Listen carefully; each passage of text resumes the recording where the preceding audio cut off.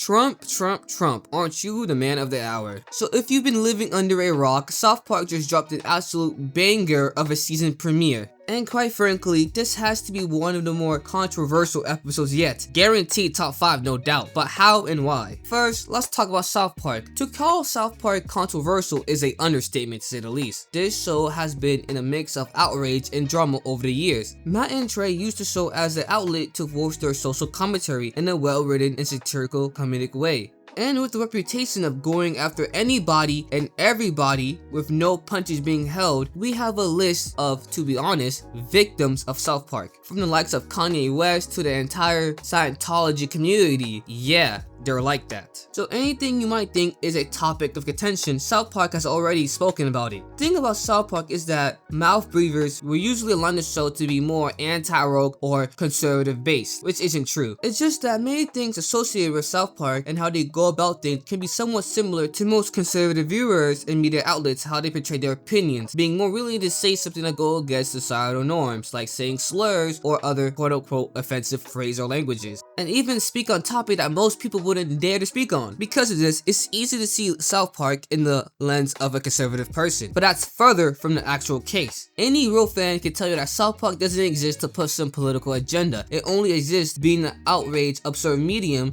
that only serves to voice the opinions of Matt and Trey. And with South Park's low production effort, it allows the series to always be culturally aware of what's going on, and that's what we're going to be talking about in this video. Like I said before, Matt and Trey came out swinging with full force with this premiere. In a really entertaining and funny episode, it was clear that they wanted one thing, and that one thing is to be noticed by Trump. And if you know anything about South Park, is that you never respond. So many celebrities who got mocked by South Park, with them responding only making it worse. So what really happened? So the episode starts off with Cartman waking up and realizing that his favorite radio show got cancelled because of Trump. The reason being that it was too liberal and left-leaning. If you're asking why is that Cartman's favorite radio show, it's because he gets a kick at laughing at liberals on air, which does align with his characterization within the show, because Cartman is the stand-in of that edgy online loser who gets everybody mad. People like Cartman is what the show are usually making fun of. That's why 9 out of 10 times he's always painted in a negative light and he's always wrong. He's the asshole to say the least. So finding out that Trump acts his favorite shows, he goes on a rant to Kyle, Stan, and Kenny how he feels like the new president is killing wokeness, saying that woke is pretty much dead as you see this cultural shift happening in real time. The reason that this is a problem because everyone is basically reverting back to being more insensitive and bigoted with no pushback. This matters because Cartman, being the bigoted one, feels special. He likes being the one that usually go against the grain, getting people mad, and with everyone reverting back to this, he doesn't feel unique. Again, this is pretty consistent how Matt and Trey portrays Cartman, because Cartman only cares about feeling different because it feeds into his ego. And with everything going around him, it feels like he's losing sense of his core identity. And for the most part, he's right. Woke is pretty much dead in the town of South Park, with even PC Principal, you know, the town's honorary woke police, has even fallen to this, renaming himself Power Christian Principal,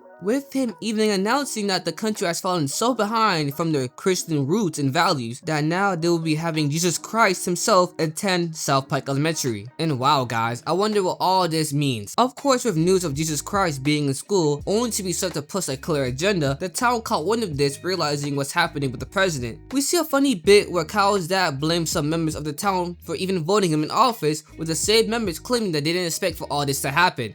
Again, I wonder what all of this is supposed to be referring to. This leads the town to storm Mr. Garrett's house, realizing that he's not even in office. And if you don't watch South Park, to understand why they even storm his house, in previous seasons, Matt and Trey used Mr. Garrison as a stand-in as a Trump parody poking fun of him. But now the difference is that they're being more direct with their criticisms, with the next scene being the president of Canada questioning why Trump put tariffs on them, with him calling Trump a dictator from the Middle East, obviously being a reference to South Park's earlier portrayals of dictator Saddam Hussein. And oh my god, it gets so much worse from here. Not only do we see Trump being a stand-in for Saddam Hussein, being in a relationship with Satan himself, they went above and beyond portraying Trump as his self-insecure, small dick loser. Not only Trump is quick with the thought of suing anyone who opposes him, this being in a reference to the events surrounding the merger with Paramount and Skydance, with the FCC putting a a hold over a lawsuit Trump took over an interview that 60 Minutes had with Kamala Harris. With Paramount settling the lawsuit with $60 million,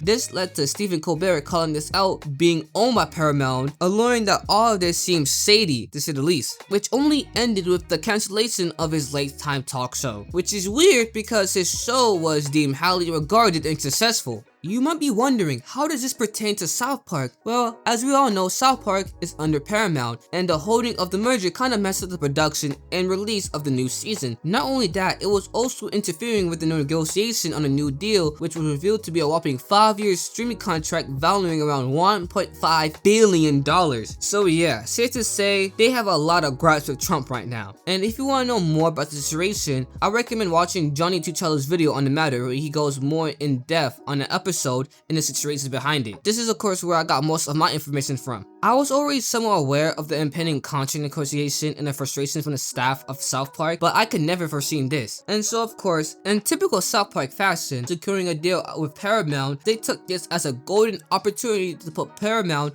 in the scope while putting a spotlight back on Trump in more of a direct showcase, because throughout the entire episode they made clear what their goal is. They wanted one thing, and is that to be sued by Trump himself, because man oh man, that nigga loves a court case. Like I said, the show has already expressed their views on Trump with Garrison becoming president, which is weird because I saw an earlier statement from Matt and Trey saying that they're kinda tired of poking fun at Trump. This is why I was surprised when I saw screenshots from this episode. I thought it was actually fake. But as I saw more credible animation news outlets post the same thing, I know it was real. So best believe I got right on that episode.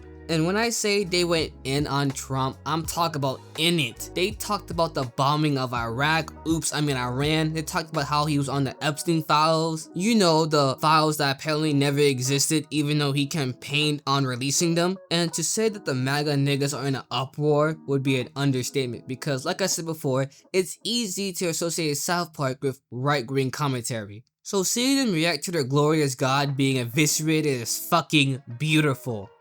And that fucking ending, nigga? That shit was fucking insane. But hey, this was a spontaneous video. I had no plans of even reviewing the South Park season, but after this episode, hey, I might just tune in.